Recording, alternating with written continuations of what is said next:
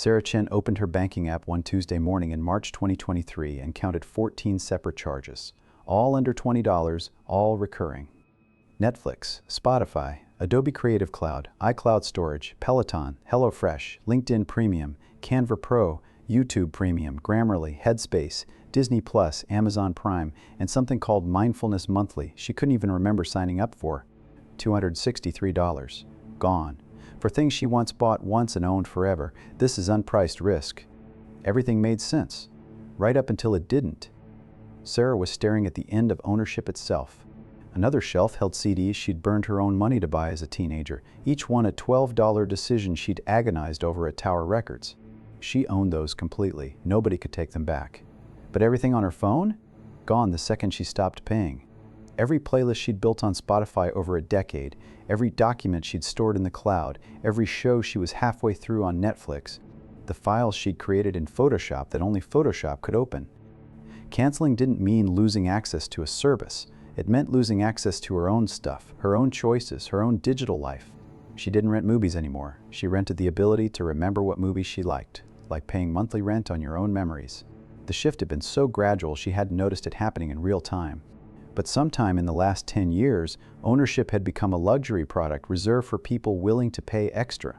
The default option was, now, pay monthly or lose everything you thought was yours. How did that happen? And more importantly, who decided that's how it had to work? The uncomfortable part is how predictable the whole thing becomes once you see what everyone was chasing. Here's what's weird about this whole thing. When Adobe killed its boxed software in 2013 and went all in on Creative Cloud subscriptions, Wall Street absolutely hated it. The stock tanked 13% in one day. Think about what investors saw. Adobe was ditching customers who dropped $2,600 up front for the Master Collection and replacing them with people paying $10 a month. 4 years just to break even on what used to be an afternoon sale. Netflix, same backwards logic. They've burned through over $17 billion making content while bleeding cash, then turned around and jacked up prices 6 times since 2011.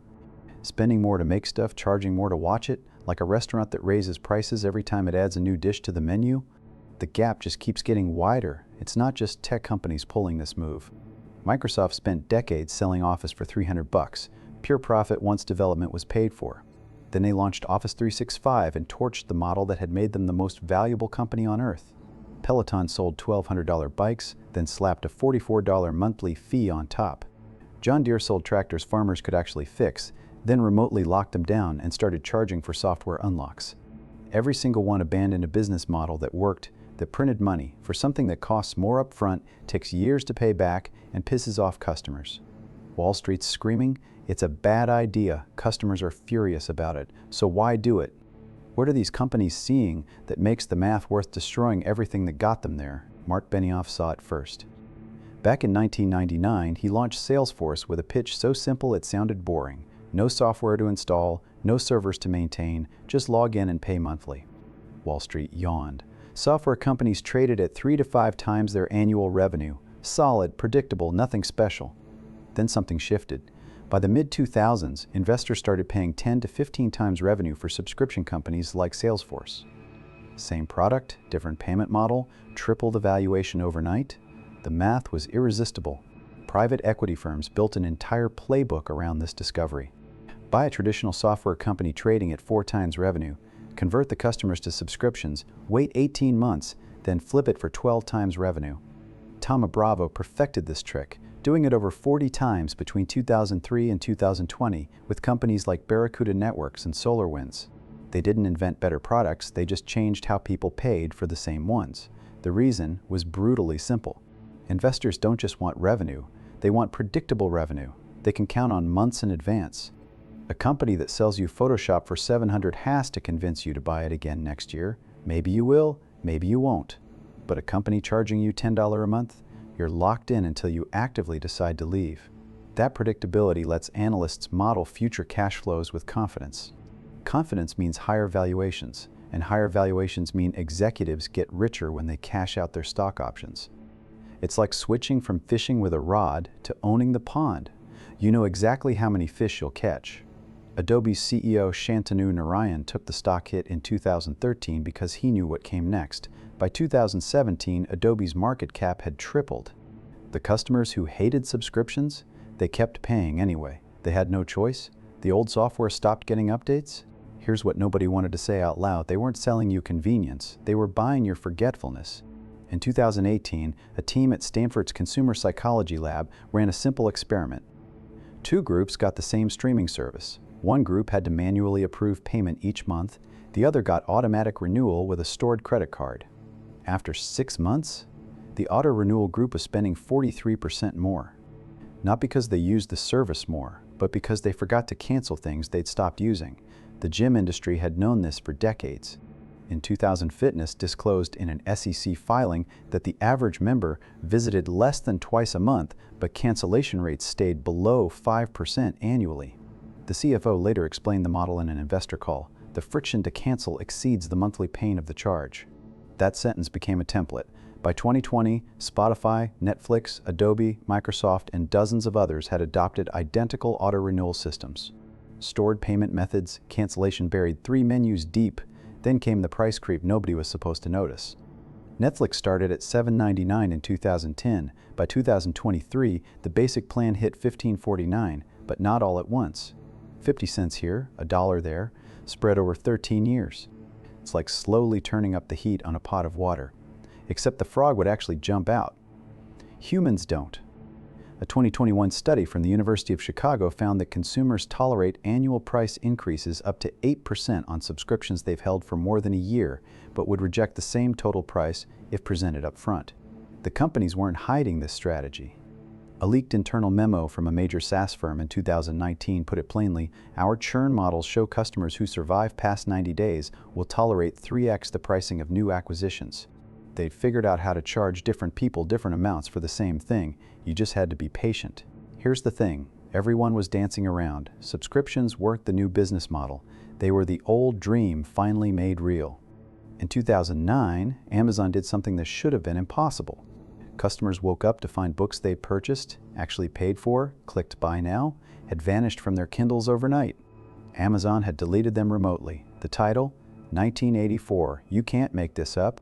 The company refunded the money, apologized for the error, but the message landed anyway. You didn't own what you bought. You never had. That same year, John Deere started locking farmers out of their own tractors. The machines cost over $300,000, but Deere claimed farmers only licensed the software inside. Want to repair your equipment? You'd need a Deere technician at Deere's rates, or the tractor simply wouldn't run. Farmers in Nebraska began driving to the Canadian border to buy older models without digital locks. Others hacked their own tractors, risking federal charges under the DMCA, like smugglers running contraband. Except the contraband was the right to fix what they owned. The pattern was everywhere once you looked. Apple throttling old iPhones, HP printers rejecting third-party ink cartridges, Tesla disabling features on used cars sold to new owners. The shift wasn't subtle, it was systematic. Sell someone a product, they own it. First sale doctrine says they can resell it, repair it, modify it. But license them access, you control it forever. Right to repair battles erupted across 27 states by 2022. Manufacturers spent millions lobbying against them. Their argument never changed. Letting people fix what they bought would compromise security, safety, intellectual property. But the internal emails told a different story. Repair revenue accounted for 30 to 40% of margins on hardware sales. Subscriptions weren't about making life easier. They were about making ownership impossible. Looking back, the weirdest part wasn't that subscriptions took over. It was how fast we all stopped noticing. July 2022, BMW announces it'll charge drivers $18 a month to activate heated seats already installed in their cars. The hardware's sitting right there under your butt.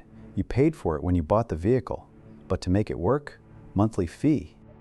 Peloton pulled the same trick. Spend $1,495 on their bike, then fork over $44 every month just to use the thing. Without that subscription, you'd bought yourself an expensive clothes rack. The bike didn't work, it just sat there mocking you. This wasn't some Silicon Valley quirk anymore. Cars, exercise equipment, appliances, anything with a chip inside became fair game. The line between buying something and renting access to it had dissolved so completely that companies didn't even bother with the pretense. You'd hand over full purchase price up front, then keep paying forever, or your stuff stopped working. by 2023, the average American was juggling around 12 active subscriptions. Streaming services, software, cloud storage, meal kits, razors, vitamins, premium features on apps they'd used for free 2 years earlier. Add it all up and it came to over $900 a year on things that used to be one-time purchases, or just free. Nobody planned this, it just happened. The economy had quietly rewritten the deal while we were all busy managing our monthly bills, like a pickpocket working a crowded subway car, so smooth you don't feel your wallet leaving your pocket. Ownership wasn't banned, it just wasn't an option they were offering anymore, and most of us were too distracted to notice when it disappeared. Thanks for watching Unpriced Risk. See you soon.